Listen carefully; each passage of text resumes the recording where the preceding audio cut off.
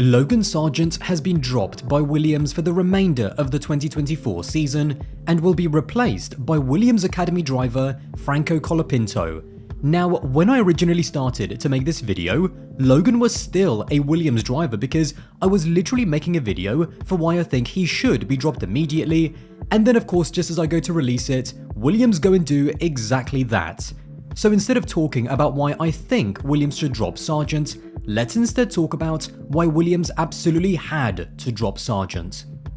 And now, to be honest, it's not really an opinion that I throw around very easily that a team absolutely needs to drop a driver mid-season, but with Logan Sergeant, I was done. It went from being frustrating last year when he was a rookie to being sad at the beginning of this season, and now for me it's reached a point of being embarrassing.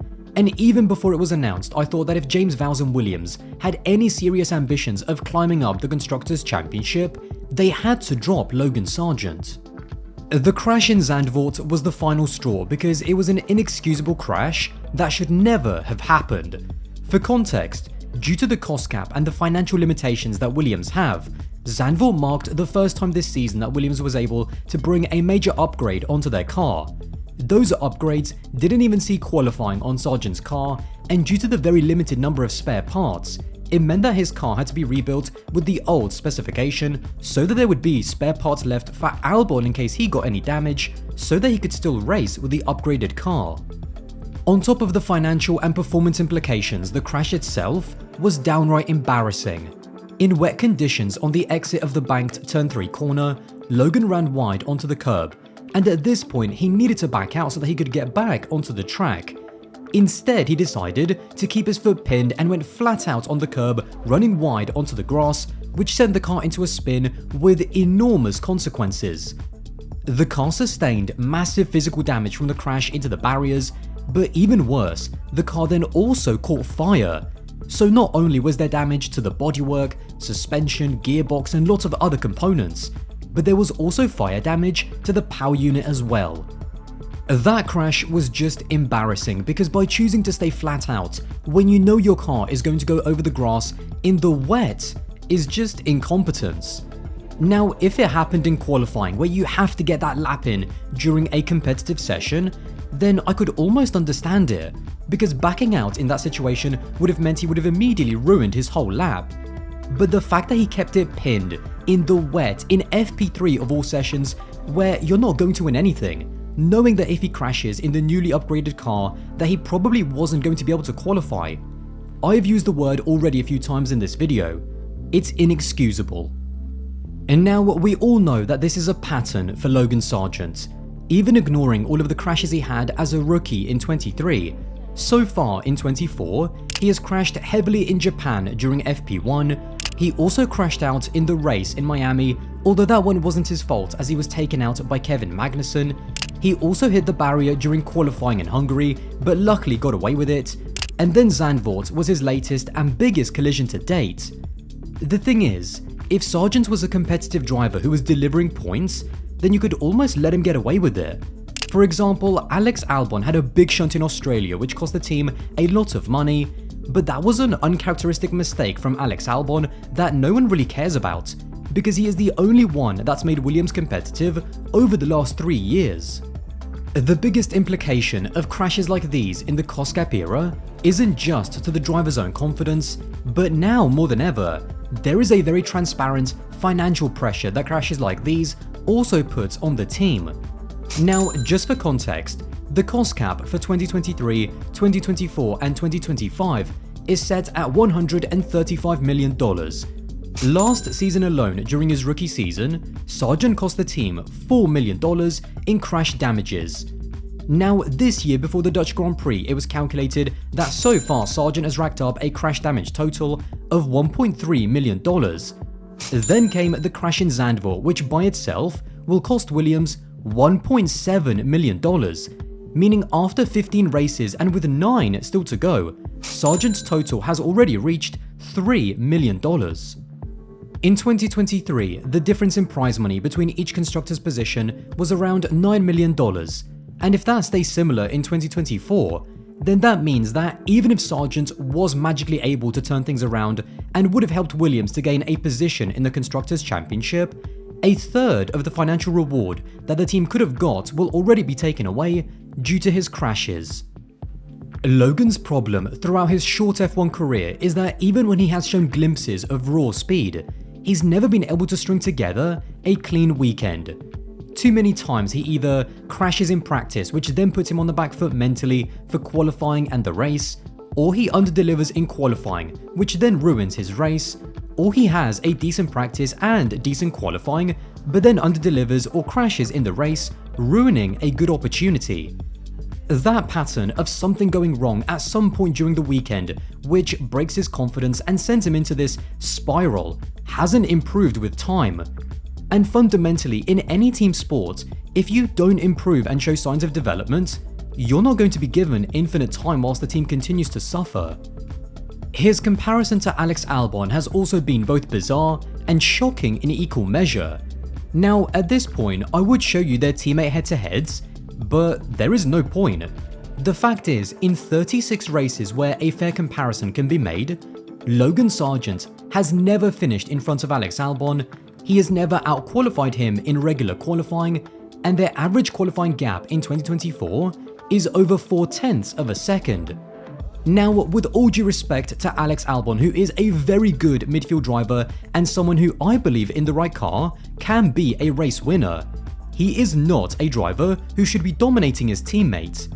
I get that we have seen drivers like Verstappen, Hamilton and Alonso do that to their teammates in the past, but Alex Albon should not be able to do that in the midfield, and it reflects how much Logan Sergeant has been holding the team back.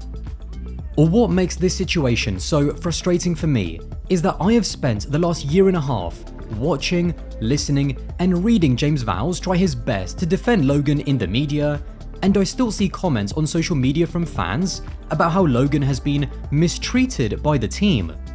Every single time he crashes the car and they cut to a picture of the mechanics or James Vowles, you can see the pain and frustration in their eyes. At some point, enough was enough. They tried the arm around the shoulder approach.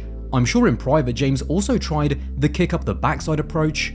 But if nothing changes, then you can't keep doing the same thing over and over again, expecting different results. Because I'm pretty sure that's what Albert Einstein said was the definition of insanity. Logan Sergeant got more than a fair shot in Formula 1. The two Williams cars that he has driven have been more than good enough for him to show his potential, and that's what's made it doubly painful to watch.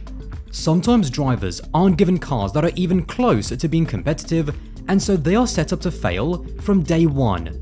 The 2019 Williams that Russell and Kubica had to drive is a prime example. The 23 and 24 Williams cars, whilst not perfect, and certainly not the best in the midfield, have been more than capable of scoring points. When you look at the way Liam Lawson last season was able to jump into that AlphaTauri with minimal preparation under much more difficult circumstances and was able to make an immediate impression, it just shows you that some drivers are able to cope with the pressure of Formula 1 and are able to grasp that opportunity when it's in their hands. And unfortunately, some drivers like Logan Sergeant, regardless of how much time you give them, just aren't. And now, none of this is to say that Logan Sergeant isn't a talented driver. To win races and run Oscar Piastri close for the Formula 3 title, you have to have talent. To win races and finish 4th in your first full season of Formula 2, you have to have talent. And to be one of only 20 people in the world to race in Formula 1, you have to have talent. Unfortunately, it just didn't work out for Logan Sergeant in Formula 1, and we have seen it with plenty of talented drivers before, and will continue to see it with plenty of talented drivers in the future. Logan, I'm sure, will still go on to have a good racing career. There's already been links with the brand new Prema IndyCar team in 2025, and so hopefully racing in that series, racing for that team, and being back in the US will put him in the best headspace possible to get the best out of his talent. And now, Logan being dropped has actually been on the cards for quite a few months, mostly because James Vowles himself never actually ruled it out. The problem for Williams when it came to finding a replacement is that, on one side, they already have their 2025 driver lineup sorted with Albon and Sainz, and so this would literally be just a short-term deal for whoever would come in. And then secondly, Unlike a few years ago where you had someone like Nico Hülkenberg on the sidelines, there isn't exactly an obvious, outstanding and attainable replacement that's just waiting to jump in. Drivers like Doohan and especially Lawson, who perhaps represented a lot of upside, were never going to be loaned out by either Alpine or RB because those teams aren't going to want to help to strengthen Williams. And even someone like Mick Schumacher, although he's done a lot of racing and testing with various teams, his history of being a crash-prone driver at Haas is exactly what Williams didn't want to risk happening again after Sargeant. The fact that the team went with Formula 2 driver Franco Colapinto, who only this year made his FP1 debut for the team and is also part of the Williams Driver Academy, tells me that the team was more worried about getting Sargeant out of the car than they were about finding the perfect replacement to get in. On paper, swapping a struggling young driver for a complete rookie who hasn't had a lot of time in the car might not seem logical, but that's because people are instantly equating him to Logan, thinking he's going to be the exact same driver. Because Franco, unlike a Lawson or even a Schumacher, doesn't have a pedigree and also doesn't have a chance to race for Williams in 25, in a way, that takes a lot of pressure and expectations off his shoulders. If he genuinely just has a clean 9 remaining races, I think that alone will be seen as a success by the team. Of course, hiring a driver with such little experience also comes with its own risks.